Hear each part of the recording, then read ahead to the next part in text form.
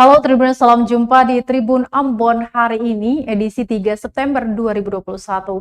Bersama saya Ajeng Hatalea di Tribun Ambon hari ini akan kami hadirkan berita terbaru dari Kota Ambon dan sekitarnya. Selengkapnya di Tribun Ambon hari ini, kita mulai dengan berita pertama. Angkot di Kota Ambon akan dipangkas hingga tersisa 33 trayek. Pemerintah Kota Ambon akan melakukan perampingan trayek angkutan kota. Rencana tersebut dikemukakan Wali Kota Ambon Richard Louhanapesi, mengingat jumlah angkot yang beroperasi di kota berjuluk Manise ini mencapai 63 unit. Dia menilai banyaknya jumlah angkot tidak efektif dan akan dirampingkan hingga tersisa 33 trayek. Louhanapesi mencontohkan jalur Galunggung, Kebun Cengkeh, dan IAIN akan dijadikan satu jalur. Sementara untuk tarif penumpang yang naik akan membayar sesuai jarak dan tujuan. Wali Kota juga menegaskan sesuai SK Wali Kota yang akan berlaku 7 September 2021 mendatang, apabila terdapat sopir angkot yang tidak ikut aturan yang tersebut akan ditarik izin trayeknya.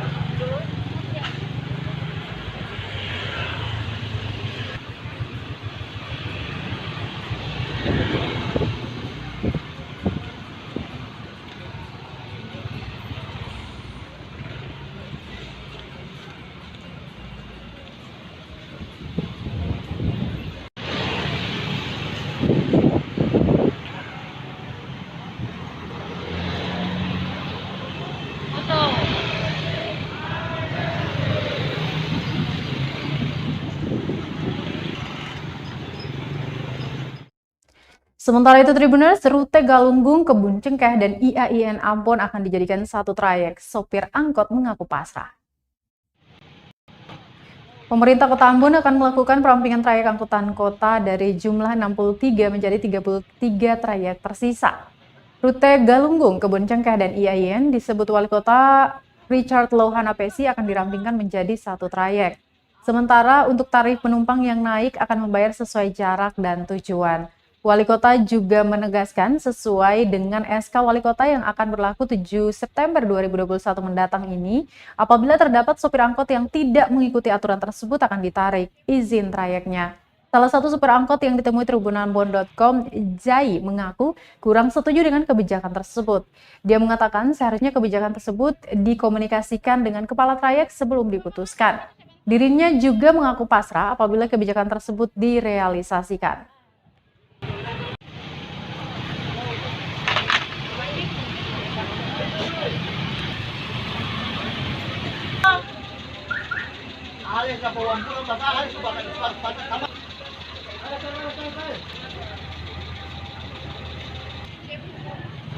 Bapak, Untuk hal itu kebijakan itu hamnya dikembalikan ke masing-masing gitu ini kelompok kepala Santo, artinya kapal terminal, kapal yang menyangkut pimpinan dari jalur itu dikomunikasikan dulu, jangan langsung ambil kebijakan itu karena belum tentu juga sudah mau lagi ke Galunggung, lagi ke Kebun Cengkeh atau ke Stein lagi.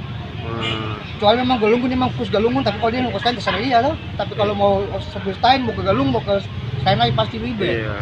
Dan Untuk dijadikan jalur, untuk Galung langsung namanya udah diganti Stein. terserah pemerintah, saya tahu itu Iya. kan pemerintah kadang masyarakat sih, Iya. nggak masalah sih. Saya masalah. Oke.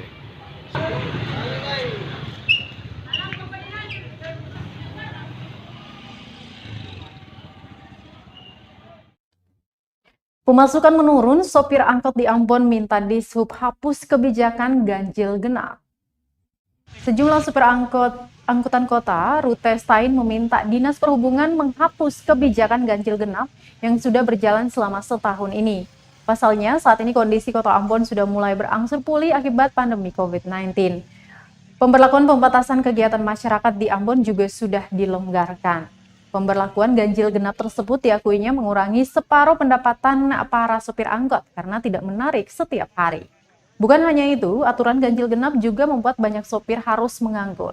Jumlah angkot dengan rute Stain disebutnya mencapai 140 mobil.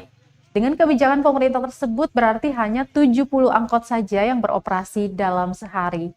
Para sopir berharap semuanya bisa kembali normal seperti biasanya karena aturan ini sudah berjalan sangat lama. Sehingga pemasukan sopir angkot juga bisa berangsur normal. Diketahui penerapan ganjil genap ini sudah berlangsung sejak 8 Juni 2020 lalu sesuai peraturan Wali Kota Ambon dan berlangsung setiap hari kecuali Minggu.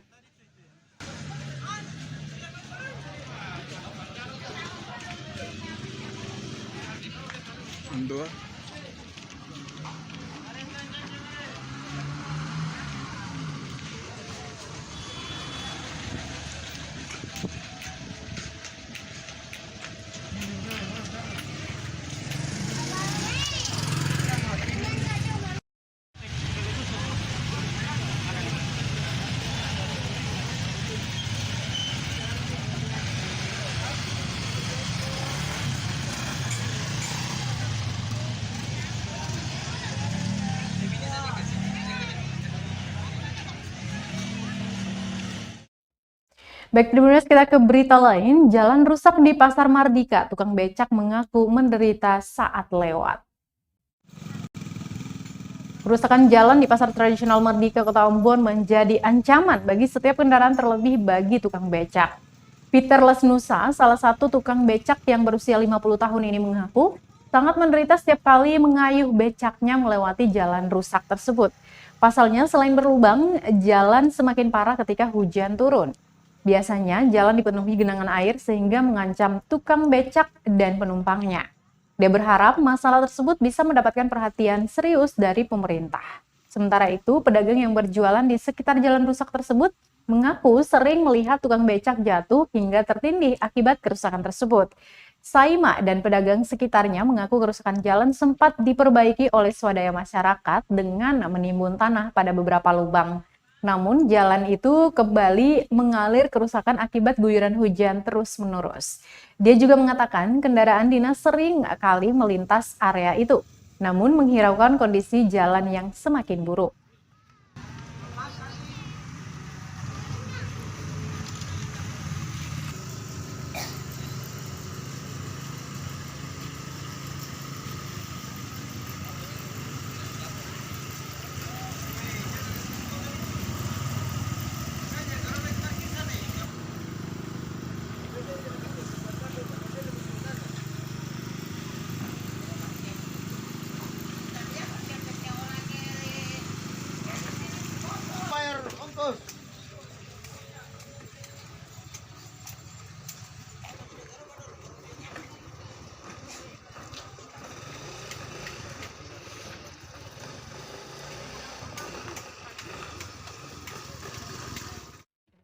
Dari Kota Ambon kita ke Kabupaten Maluku Tengah. Tribuners, SPBU di Masohi layani pengecer, pengendara hingga netizen keluhkan antrean panjang.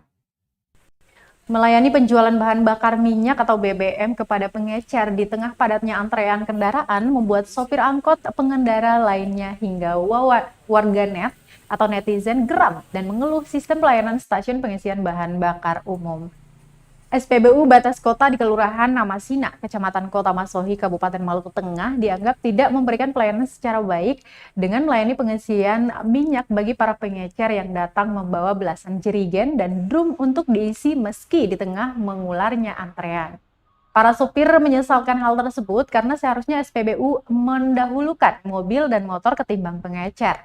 Dia pun berharap pihak SPBU bisa memperhatikan masalah tersebut. Jangan sampai hal tersebut menjadi kebiasaan sehingga supir angkot dan kendaraan lainnya termasuk roda 2 dibiarkan mengantri berjam-jam. Menjawab masalah tersebut, pihak SPBU menilai protes warga itu wajar-wajar saja karena para karyawan di SPBU juga mendapatkan jatah yang juga terbatas untuk depo Pertamina sehingga BBM terutama Pertalite selalu habis terlebih dahulu. Alvin Toisuta, salah satu pengawas di SPBU setempat, mengaku memang melayani jerigen atau pengecer, namun itu diberikan dengan jatah terbatas, yakni tidak lebih dari 200 liter.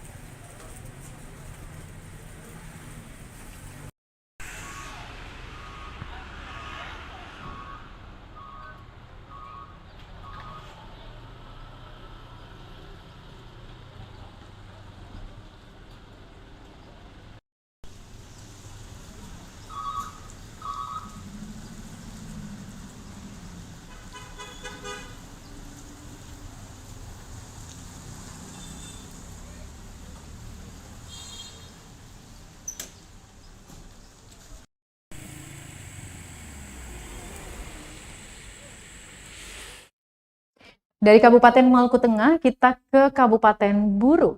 Antusias mengikuti pembelajaran tatap muka siswa SMK di Buru mengaku senang. Seluruh sekolah di Kabupaten Buru telah menerapkan pembelajaran tatap muka atau PTM secara terbatas sejak 23 Agustus 2021 lalu. Dibukakan kembali sekolah tatap muka ini disambut antusias siswa di daerah tersebut. Sebagaimana diketahui, aktivitas belajar mengajar di sekolah sepenuhnya dialihkan ke pembelajaran daring semenjak pandemi COVID-19 merebak di Indonesia, khususnya di Maluku sejak Maret 2020 lalu.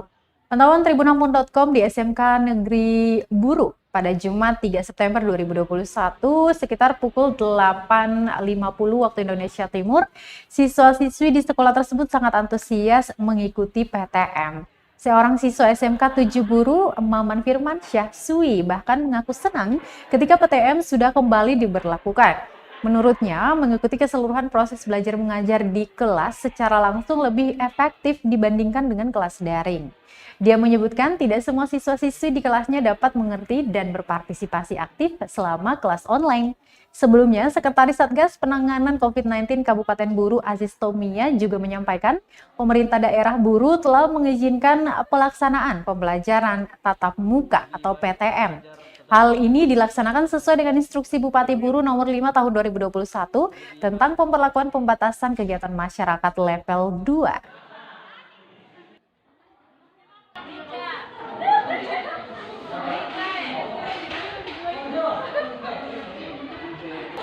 Lebih baik belajar tatap muka daripada belajar online. Oke. Sebelumnya untuk proses belajar secara virtual itu bagaimana ketika dengan sudah diberlakukan pembelajaran tatap muka ini? Kalau tetap belajar virtual itu kurang efektif. Iya, karena ada siswa yang separuh tidak memahami pelajaran yang tidak diikuti oleh kayak Siswa yang lain. Ada yang masuk ke seperti classroom, ada yang juga tidak. Jadi untuk proses belajar tatap muka ini kalau untuk SMK 7 seperti apa untuk prosesnya? Seperti Maksudnya lebih efektif ya untuk iya, lebih efektif.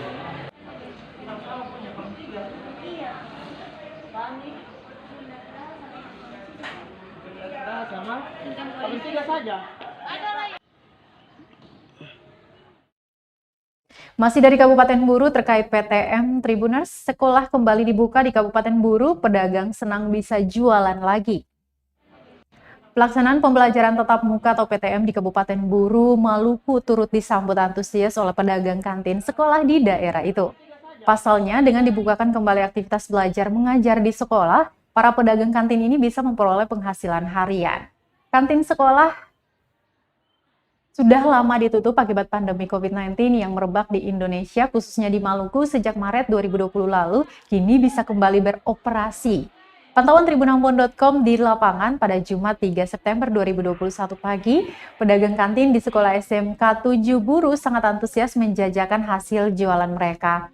Seorang pedagang di sekolah tersebut mengaku, meski dengan penerapan terbatas, namun dapat mendatangkan pendapatan bagi dirinya dan juga para pedagang lainnya.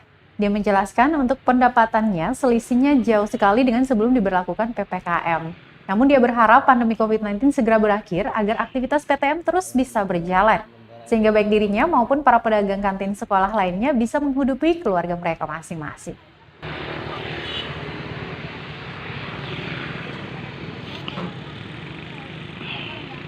Alhamdulillah untuk sementara ini walaupun pendapatan agak minim toh, tapi alhamdulillah jika tidak ada kendala apa-apa. Alhamdulillah saling antara mahasiswa sama pedagang itu untuk penjualan berkurang, nggak seperti dulu toh. Untuk pendapatan waktu saat sekolah secara online dan secara tatap muka ini sekarang bagaimana pendapatan? Kalau di waktu online kita sing jualan. Jualannya? Kita jualan kan baru 10 hari ini. Jadi untuk pendapatan ya selisih jauh. Selisih jauh. Iya. Saat anak-anak mulai beraktivitas sekolah, itu pendapatannya mulai meningkat ya? Ya alhamdulillah sedikit-sedikit Bisa. bisa.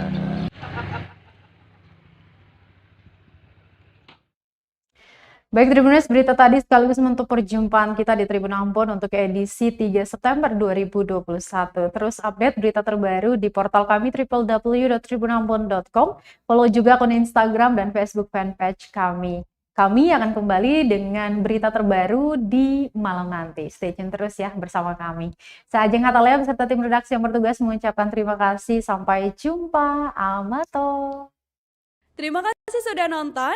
Jangan lupa like, subscribe, dan share ya.